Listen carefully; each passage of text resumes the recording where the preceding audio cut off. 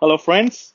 Welcome to Lucifer Talks. You all must be getting information from a lot of sources, and it's good to verify the information.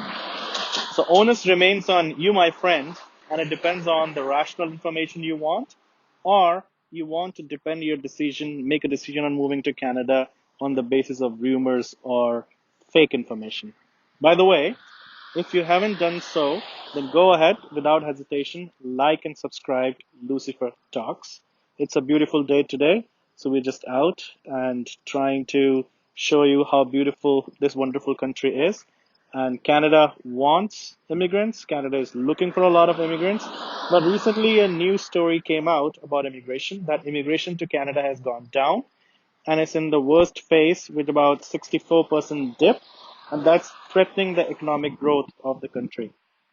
So higher immigration has been a key component of the government efforts to grow workforce and counter the aging demographic of the country. Okay.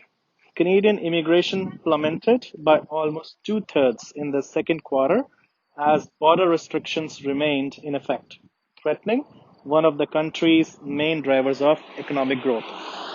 So the country accepted only about 34,000 permanent residents in the 3 months through June, with border closures still in place to curb the spread of COVID-19.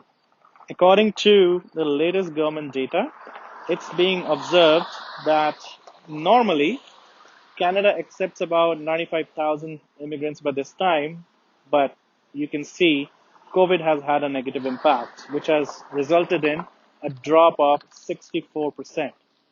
But if you want to come to Canada and if you want to live in a country where you can breathe good air, you probably would like to wait to get your PR process done. The government of Canada has brought in a lot of efforts so that they can have good quality people who will contribute to the Canadian economy. So you are most welcome to come to Canada. A lot of people might not be eligible to get into Canada through the express entry to certain provinces. So you should be open to provincial nomination, and other provinces like Manitoba, Saskatchewan, Nova Scotia, and Newfoundland would be the ones where you might get your PR. So Canada is still accepting most permanent resident applications.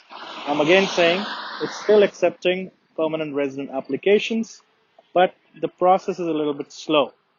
So the government says it's prioritizing applications for Canadians returning to the country, the vulnerable groups, and people who perform essential services are needed. So in the first 6 months of 2020, Canada allowed 100,000 permanent residents into the country. So you can see that PR, permanent residence, is still the key for Canadian economy. At that pace, Canada's immigration level will fall short of government targets laid out earlier this year. In March, Minister of Immigration Marco Mendicino said that 2020 target was 340,000, with another 350,000 or so to obtain permanent residence in 2021.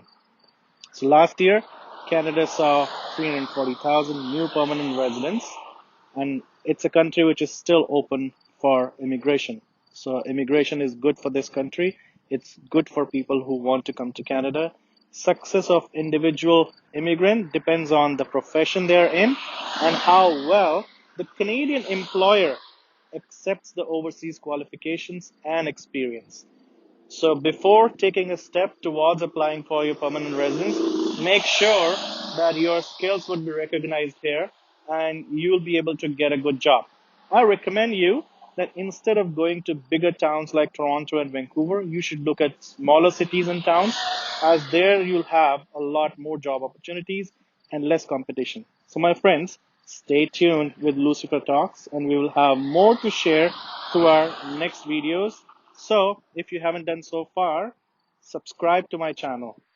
By this, you will get maximum new information. So I look forward to talking to you.